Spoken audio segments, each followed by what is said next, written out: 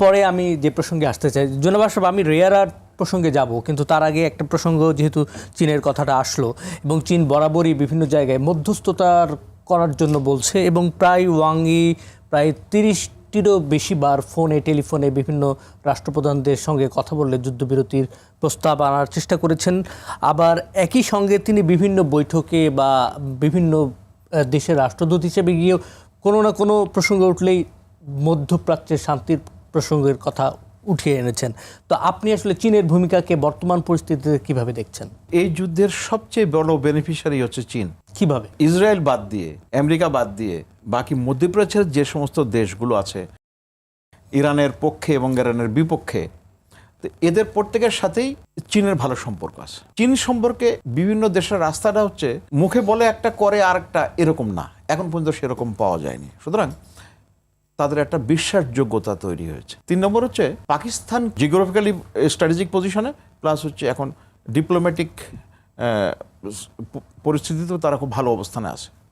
তো এই অবস্থার মধ্যে তারা পাকিস্তানের মাধ্যমে যুদ্ধবিরতির জন্য তারা খুব প্রয়াস চালাচ্ছে। এর কারণটা হচ্ছে চীনের যে অগ্রগতি, বিশেষ করে বাণিজ্য নির্ভর তার যে বৈষয়িক প্রভাব, সেটা যুদ্ধ হলে আপনার অর্থনৈতিক মন্দা হবে, এটা আরও বাড়লে, এবং সেই অর্থনৈতিক মন্দা হলে তার জন্যে তার বাণিজ্যের উপরে চাপ পড়বে। এই জন্য চীন সর্বতভাবে চেষ্টা করছে এবং সবাই মোটামুটি এরকম বিশ্বাস করে। এখন সমস্যাটা যেটা হচ্ছে, আমেরিকা তো 1 নম্বর পরাশক্তি ছিল সোভিয়েত ইউনিয়নের পতনের পর থেকে।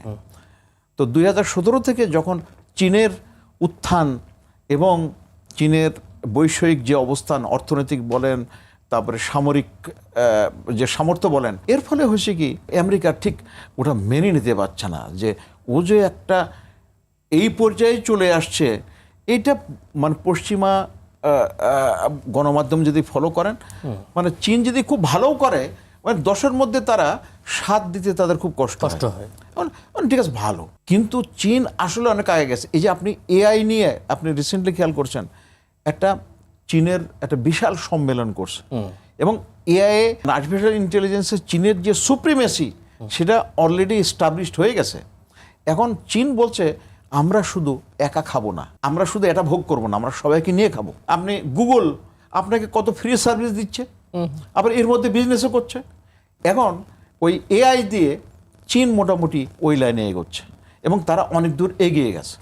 এবার আসেন আপনি চীনের সমর্থন, অ্যামাজনের ডেটা সেন্টার মধ্যপ্রাচ্যে ছিল, সেটা মাশাআল্লাহ ওটা কেল্লাফাতে হয়ে গেছে এবং বলছে যে, তারপরে সিআইয়ের যে ওখানে অপারেশনাল সেন্টার, ওটা রাশিয়া তাদেরকে পিন পয়েন্ট লোকেশন দিয়েছে, আর চীনের বেডু স্যাটেলাইট সিস্টেমের মাধ্যমে, নেভিগেশন সিস্টেমের মাধ্যমে অ্যাকুরেটলি হিট করছে।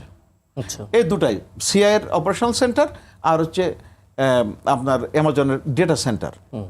তো এই ডেটা সেন্টার অলরেডি মানে মোটামুটি কাজের অনুপযোগী হয়ে গেছে। দেখেন চীন গুলি ছুটছে না একটাও, ডানে বায়ে কথাও বলছে না, কোনো উত্তপ্ত বাক্যও ব্যয় করছে না, কিন্তু সে মানে চীন নিজেকে এমন একটা অবস্থানে নিয়ে গেছে যেখান থেকে একটা মধ্যস্থতা করার বিশ্বাসযোগ্য পার্টনার হিসেবে আবির্ভূত হয়েছে। জি, ধন্যবাদ আপনাকে। যে আমরা আসলে অনুষ্ঠানের অনেক দূরই চলে এসেছি, একদমই শেষ করতে হবে।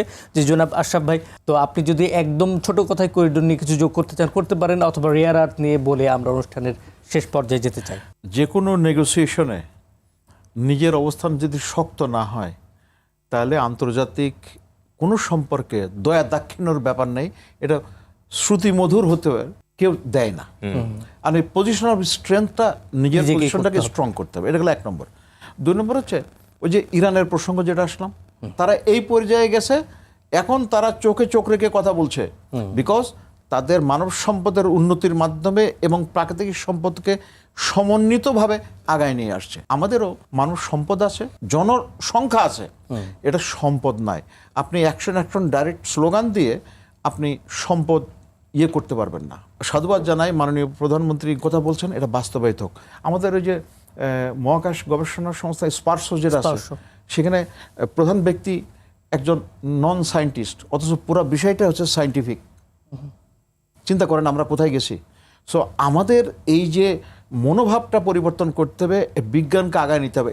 ভারত স্বাধীন হওয়ার আগে জওহরলাল নেহরু তার বন্ধু ভাবা তাকে বলছিল তুমি সায়েন্টিফিক মানে পরিকল্পনা করো, বিজ্ঞানের শিক্ষা পরিকল্পনা করো, এবং উনি করছিলেন। এই জন্যে ওই যে ইন্ডিয়ান ইনস্টিটিউট অফ টেকনোলজি উনি স্টাবলিশ করেছিলেন। আচ্ছা, এবার আছেন এই রেয়ার আর্থ। 17টা আইটেম মিলেছে রেয়ার আর্থ। তো এটা চীনের একটা বিরাট অস্ত্র, জাপানও চেষ্টা করছে সেটা ডেভেলপ করার জন্য, কিন্তু এটা সময় লাগে। এই যে সময়টা ডেভেলপ করতে যে সময় লাগা এবং বর্তমান সময়ে যে একটা গ্যাপ হয়ে যায়, সেটা আমেরিকার জন্য সমস্যা হচ্ছে, জাপানের জন্য সমস্যা হচ্ছে। এবং চীন ওই দেশ না যে ওই জায়গায় তারা তাদের উন্নতিটা থেমে আছে, যে ওরা উন্নতি করুক আর আমরা আমাদের অ্যাচিভমেন্টটা এই জায়গায় থেমে রাখি। নো, তাদেরও সমানতা লাগায় যাচ্ছে। সুতরাং রেয়ার আর্থ রিলেটেড যে সমস্ত তাদের টেকনোলজিক্যাল অ্যাডভান্টেজ, সে তারাকে আরও উচ্চতর পর্যায়ে নিয়ে যাবে। এবং আমি মনে করি যে চীনের সাথে এই বিজ্ঞান ভিত্তিক আমাদের যে সহযোগিতা এবং অন্যান্যগুলো বিষয়ে খুব ভালো করে মানে দরকার। আমাদের স্বার্থটা যদি সামনে রাখি, সমস্যা হচ্ছে যে আমাদের বিভিন্ন পর্যায়ে পলিসি মেকিংয়ে কিছু লোক আছে যারা হচ্ছে স্বামী স্ত্রীর সম্পর্কে বিশ্বাস করে। আপনি মনে করেন না, আওয়ামী লীগ চলে যাওয়ার পরে স্বামী স্ত্রীর সম্পর্কে ছেদ পড়েছে, বহুত মানুষের মনে এটা দারুণভাবে গেঁপে গেছে। এবং অনেকে কবিতা আবৃত্তির ভরে বলে ভারত আমাদের বন্ধু, আসলে বন্ধু না। আর আপনি ওই প্রিয়াঙ্কা গান্ধী যে কথা বলেছে, তাতে তো মুক্তিযুদ্ধের ব্যাপারে আমাদেরকে কতটুকু আমরা এত সংগ্রাম করলাম, কিন্তু সব দায়িত্ব কৃতিত্ব তারা নিয়ে চলে গেল। এটাই হচ্ছে ভূ রাজনৈতিক এই পরিস্থিতিতে জনসংখ্যাকে জনশক্তিতে রূপান্তরিত করা এবং জনসম্পদে রপ্তানি করা, জনসম্পদে রূপান্তরিত করা। এবং বাংলাদেশেও প্রচুর রেয়ার আর্থ আছে, বা এই সেমিকন্ডাক্টর শিল্প, যে জায়গাগুলোতে আমাদের আসলে আরো সফলভাবে কাজ করার অনেক পথ আছে, সেটা আমাদের করতেই হবে। ধন্যবাদ জনাব মেজর আশরাফুজ্জামান এবং ধন্যবাদ মেজর ডেলিজ খান, আপনাদের অসংখ্য ধন্যবাদ।